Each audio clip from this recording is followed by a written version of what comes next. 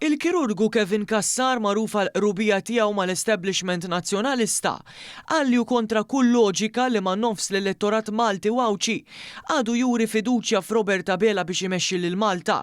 F'opinjoni fl-aħħar ħarġa tas-Sunday Times of Malta taħt it-titlu Abela u l-Kuntrabandist ħaten Beppe Fenika dam minfex kontra daw kollha ta' twemmin Laburista. Din mhix l-ewwel darba li Kassar attakka lil parti mill-elettorat li vvota favur il-Partit Laburista, tant li fl-2021 fuq il-medja tal-Knisja kien jarhom b'ċieċen għax skontu jibilgħu kollox.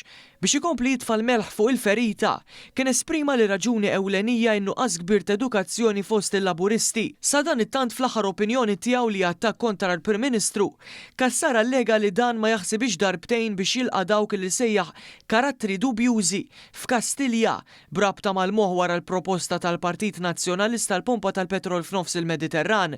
Dan anki jekk il-Prim Ministru ddikjara li rrifjuta l-istess proposta meta l-istess persuna avviċinatu biha. Kassar saħansitra wasal jistaqsi jekk hux il-Prim Ministru innifsu kien il-kuntrabandist.